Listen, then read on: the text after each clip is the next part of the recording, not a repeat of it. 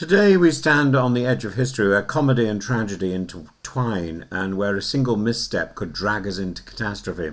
On Friday, 3 Russian MiG-31 Foxhounds, aircraft capable of carrying nuclear-armed Kinzhal missiles, violated Estonian airspace. At the same time, a day earlier or so, Russian drones were spotted over Poland and Romania, shot down. These were not harmless trespasses. These were tests. Putin is probing like a burglar, rattling the windows to see if anyone wakes. And yet, when we look at Putin, the image is almost farcical. Strange bulges in his suit as if a coat hanger was still inside, or as though we could see the strings of the puppeteer. And, you know, we're reminded not of some fearsome autocrat, but of a marionette in a strange stage set. Think of the Lonely Goat Herd, that sparkling puppet show in The Sound of Music.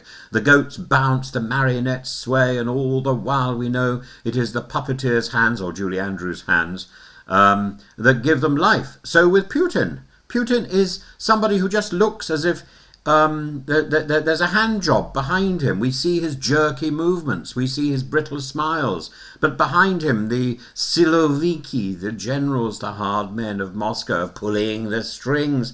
Puppetry has always fascinated me. After all, the children's shows of my own youth, Rupert Bear, I do. Oh, that's Andy Pandy, and there's Rupert Bear. Rupert Bear, Joe 90, Captain Scarlet, all toyed with the idea of stringed creatures who could inspire realism, and perhaps the most haunting of all, the Soviet-era Winnie the Pooh, filmed with a real boy, Christopher Robin, standing among puppets. The effect was strange, uncanny, halfway between play and politics. In fact, the Winnie the Pooh I'm thinking about was actually also filmed by the people who made the puppets for The Sound of Music. The Soviet era, there was a Soviet era Winnie the Pooh, and that was that was quite extraordinary because it bore no resemblance at all to the E.H. Shepard illustrations which accompanied the original book. But let's not mistake comedy for safety. Putin may fall somewhere into the uncanny valley, that strange halfway between play and politics. He projects menace, yet his act is increasingly threadbare, increasingly artificial. But let's not mistake comedy for safety. Behind this bizarre theatre lies genuine danger. Russia's Zapad 2025 drills include the simulation of a tactical nuclear strike. And Putin himself, dressed in military uniform, pressed the button in rehearsal. A ritual to steel his nerves, a reminder that his finger may one day hover over the real trigger.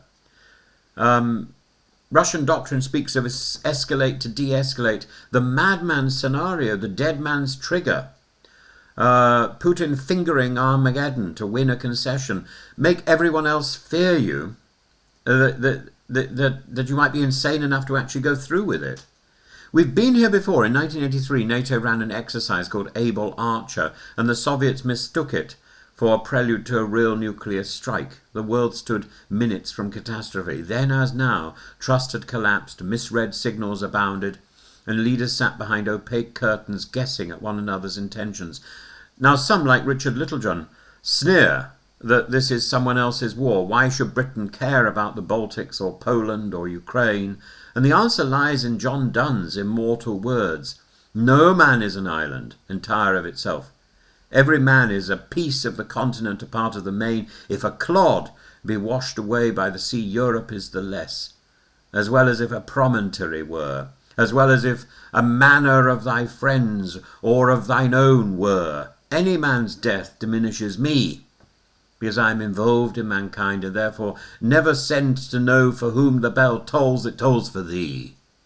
Estonia's skies are not separate from ours. Poland's borders are not alien territory. A drone that crosses into Romanian airspace tests are not just Bucharest's nerves, but London's, Paris's, Berlin's.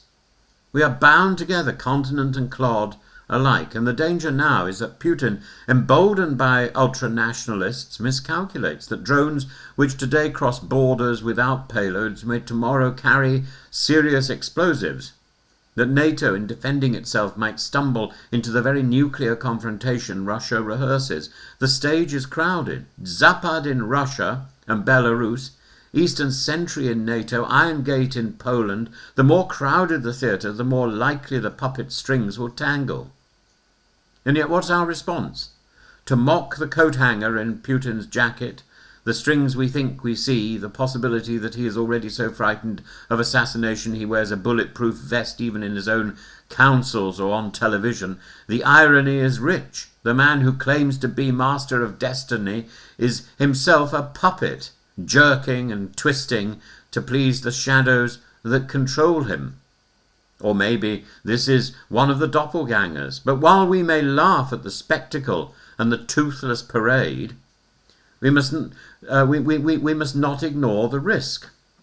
Puppet theatre is entertainment. Nuclear brinkmanship is not.